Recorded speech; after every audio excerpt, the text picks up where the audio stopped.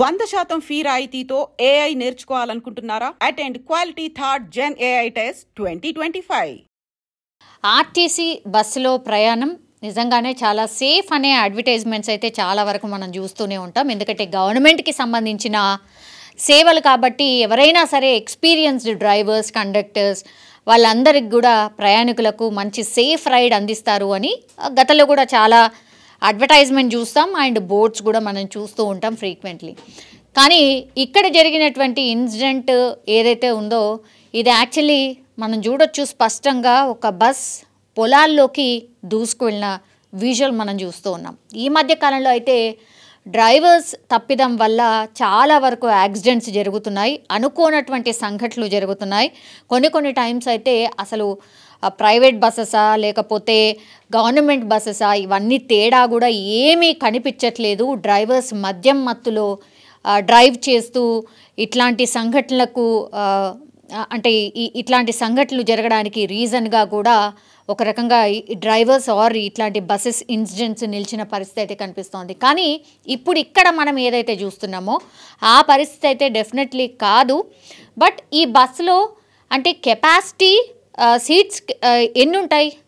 బస్సులో ఒక 45 నుంచి 50 మధ్యలో సీట్స్ ఉంటాయి అనుకోండి. చాలామంది కొన్ని ఏరియాస్కి అసలు బస్సెస్ చాలా అంటే చాలా రేర్గా ఉంటాయి. అట్లాంటప్పుడు పాపం ప్రయాణికులు ఏం చేయాలి? బస్సు వచ్చినప్పుడే ఆగాలి, అదే బస్సులో ఎక్కాలి, వెళ్ళాలి. దీంట్లో ఓవర్లోడ్ చాలా ఎక్కువ అవ్వడం, ఈ ఎక్కువ అవ్వడంతో ఇట్లాంటి ఇన్సిడెంట్స్ అయితే జరుగుతున్నాయి. ఇప్పుడు మనం చూస్తున్న ఈ బస్ విజువల్ ఏదైతే కనిపిస్తుందో ఓవర్లోడ్ వల్ల పూర్తిగా ఆ బస్కి సంబంధించిన టైర్ ఒకేసారి పగిలిపోవడం, ఆ తర్వాత పొలాల్లోకి దూసుకు వెళ్ళిన విజువల్ని మనం చూస్తూ ఉన్నాం. చాలామంది పాపం అరుపులు కేకలు వేస్తున్నారు, చిన్నపిల్లలు ఉన్నారు, మహిళలు ఎక్కువగా కనిపిస్తూ ఉన్నారు. ఆ పక్కన రోడ్డు పక్క నుంచి ఆ పొలాల్లోకి దూసుకు వెళ్ళేటప్పుడు చెట్ల కొమ్మలు అవి ఉంటాయి కదా, అవన్నీ కూడా రోడ్డు పైన పరిస్థితి. ఇది పల్లెటూరు అంటే పల్లె వెలుగుకి సంబంధించిన బస్ అది.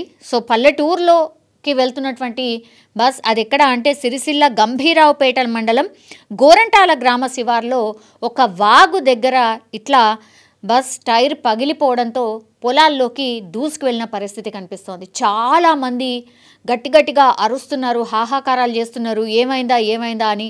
మనకు తెలుసు బస్కి సంబంధించి మనం కూర్చున్న ఫ్రంట్ సీట్ ఏదైతే ఉంటుందో అవి ఎంత పోల్స్ కానీ సీటింగ్ కానీ అది ఎంత స్ట్రాంగ్గా ఉంటాయో మనకు తెలుసు.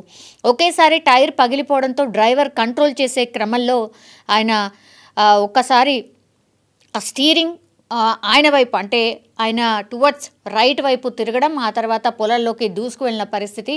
చాలామందికి ఇప్పుడు గాయాలయ్యాయి, వాళ్ళందరూ కూడా హాహాకారాలు చేస్తున్నారు. ఒక్కసారి అసలు ఏమైందో అర్థం కాని పరిస్థితి, భయపడిపోయినరు.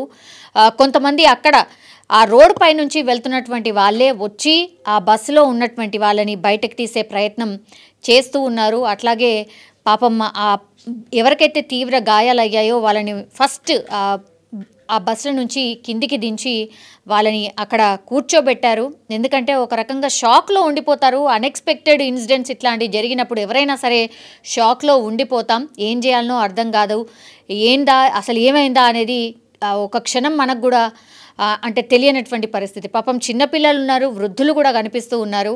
వాళ్ళందరూ కూడా చాలా కష్టంగా బస్సుల నుంచి బయటకు దిగుతున్నారు. వాళ్ళందరికీ కూడా గాయాలయ్యాయి. మహిళలు కనిపిస్తున్నారు ఎక్కువ మట్టుకి. ఇప్పుడు ఈ మధ్య కాలంలోనే ఫ్రీ బస్ సర్వీస్ కూడా మహిళలందరికీ ఇంప్లిమెంట్ చేసింది కాబట్టి ప్రయాణాలు చాలా ఎక్కువగా చేస్తున్నారు మహిళలు కూడా. సో అందులో భాగంగానే పాపం వాళ్ళు కూడా అనుకొని ఉండరు ఇట్లా బస్ టైర్ పగిలిపోయి ఇట్లాంటి ఇన్సిడెంట్ అవుతుందని. కానీ ఓవర్లోడ్ వల్లనే ఇట్లాంటి ఇన్సిడెంట్ జరిగింది, టైర్ పగిలిపోయింది అనేది కూడా మనకున్నటువంటి సమాచారం అయితే అంతోంది. చాలామందికి అయితే గాయాలయ్యాయి. అంటే కెపాసిటీకి మించి ఆ బస్సులో ప్రయాణికులు ఉన్నటువంటి పరిస్థితి అయితే కనిపిస్తోంది. సో అన్కంట్రోలబుల్ అంటే కంట్రోల్ కాలేదు డ్రైవర్కి, ఒకటేసారి టైర్ పగిలిపోయింది. మినిమం అయితే ఒక 40 నుంచి 50 స్పీడ్ అయితే మినిమం మెయింటైన్ అవుతుంది. అక్కడ ఏం పెద్ద హడావిడి కూడా కనిపించట్లేదు, పెద్ద రద్దీ ఉన్నటువంటి ఏరియాస్ కూడా ఉండవు. ఎందుకంటే పల్లెటూరు రోడ్లో అప్పుడో ఇప్పుడో వెహికల్స్ వస్తూ ఉంటాయి కాబట్టి. సో 40 నుంచి 50 స్పీడ్లో డెఫినెట్లీ ఉండుంటాడు. సో అప్పుడే టైర్ పగలడం, ఆ తర్వాత వెంటనే కంట్రోల్ చేసే క్రమంలో పొలాల్లోకి దూసుకుపోయింది. మనం చూడొచ్చు. చాలామంది పాపం పిల్లల్ని, వృద్ధులని, ఆ తర్వాత మహిళల్ని కిందికి దింపే ప్రయత్నం చేస్తూ ఉన్నారు. అండ్ చాలామంది చెప్తున్నారు భయపడకండి, ఏం కాలే అని పాపం వాళ్ళని ధైర్యంగా కిందికి దింపే ప్రయత్నం కూడా చేస్తున్నారు. హుటాహుటిన ఈ ఇన్సిడెంట్కి సంబంధించి అయితే ఆర్టీసీకి సంబంధించిన అధికారులకు ఇన్ఫర్మేషన్ ఆర్టీసీ సిబ్బంది చేరవేయడం జరిగింది. అట్లాగే పోలీస్కి అండ్ అంబులెన్స్కి కూడా ఇన్ఫర్మేషన్ ఇచ్చారు.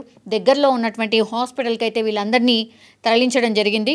ఆ తర్వాత వాళ్ళని ట్రీట్మెంట్కి అయితే తీసుకువెళ్ళిన సిట్యువేషన్ అయితే కనిపిస్తోంది. పల్లెటూరు కాబట్టి కొంత రీచ్ అది ఇంకా సిరిసిల్ల అండ్ గంభీరావుపేట మధ్యలో జరిగినటువంటి ఇన్సిడెంట్ కాబట్టి కొంత టైం పడుతుంది. అక్కడ వరకు వచ్చేసరికి పాపం వీళ్ళందరూ కూడా వాళ్ళే ఉండుంటారు.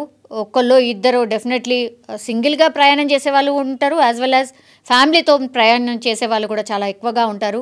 ఒకరిదొకరు నాకు ఇక్కడ గాయమైంది అంటే అక్కడ గాయమైంది, ఎట్లా అయింది ఏంటి, ఇంకా నయమే మనకేం కాలేదు, ఇట్లాంటి మాటలు కూడా మాట్లాడుకుంటున్న పరిస్థితి కనిపిస్తోంది. కానీ అంటే చనిపోయిన వార్త మాత్రం ఇప్పటివరకైతే రాలేదు. చాలామందికి అయితే గాయాలైన పరిస్థితి అయితే కనిపిస్తోంది. ఈ ఇన్సిడెంట్ మాత్రం అంటే ఒక రకంగా ఇదొక లెసన్ కూడా ఆర్టీసీకి సంబంధించి యాజమాన్యానికి కూడా. ఓవర్లోడ్గా వెళ్తున్న ప్రయాణికులు చాలా బస్సెస్ అట్లాంటివి కనిపిస్తున్నాయి కాబట్టి వీటి మీద దృష్టి పెట్టండి అని చాలా టైమ్స్ ప్రయాణికులు కూడా కోరుతున్న పరిస్థితి అయితే కనిపిస్తోంది. సో దీని మీద ఆర్టీసీ కూడా దృష్టి పెట్టాలని మనం కూడా కోరుతాం.